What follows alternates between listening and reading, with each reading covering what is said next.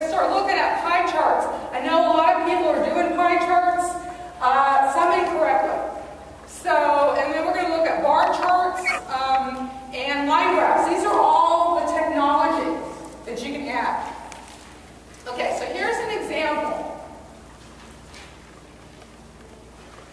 Before I even think about adding technology, I want to first know what's my message.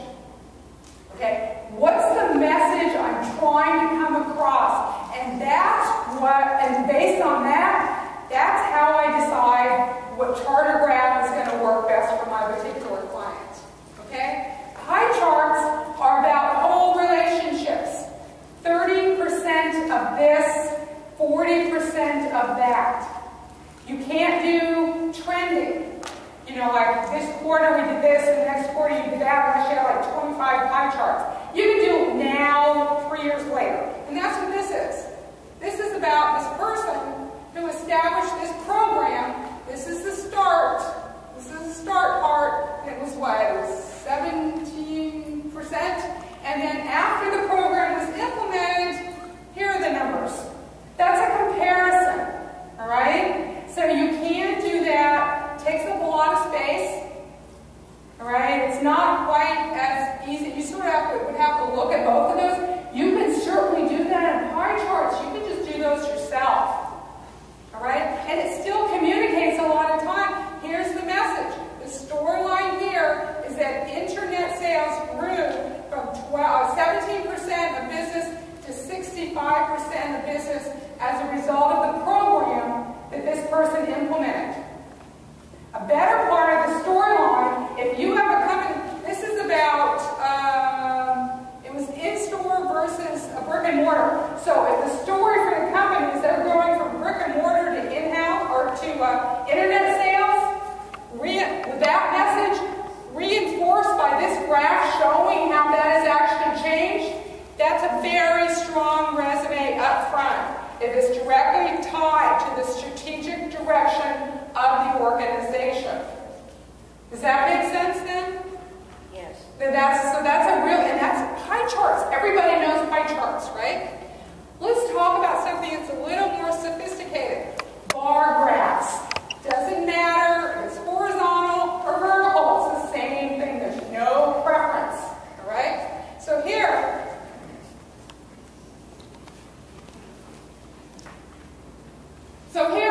it's before the program began. Internet sales versus in-store sales revenue. After the program. Right? It's a little bit easier to compare, to look at these two. They're right there. So these are both fine. With the message being, the storyline here is that internet revenue grew substantially by a factor of more than 6, while revenue from in-store sales experienced only a very small decline. That's a different message than we saw on the pie chart. So maybe for this client, they want to keep their brick and mortar business stable, but they want to grow internet sales without taking from those brick and mortar customers. Okay? That's a strong message. And in this case, that's what the person did. They grew revenue for a new venue for them without taking away from the brick and mortar business. So that is a completely different message than we saw with the pie charts.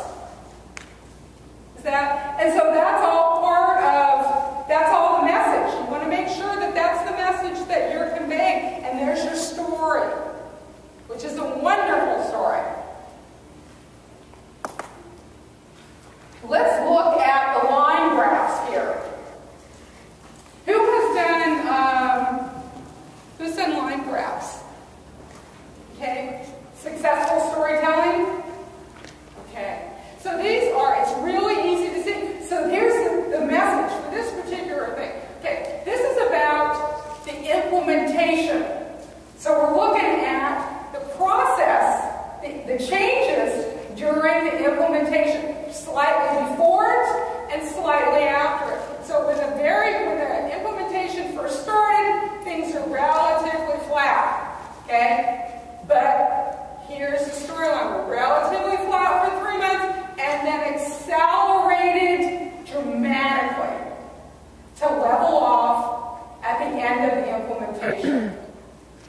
That's a very successful story to tell.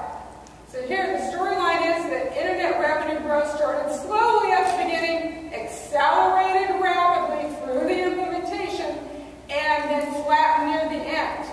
And also, in-store sales stayed flat, nearly flat throughout. I mean, that sounds kind of negative, but the positive is they're not taking away from the other line of business. Charts and graphs, as everybody knows, can convey very complex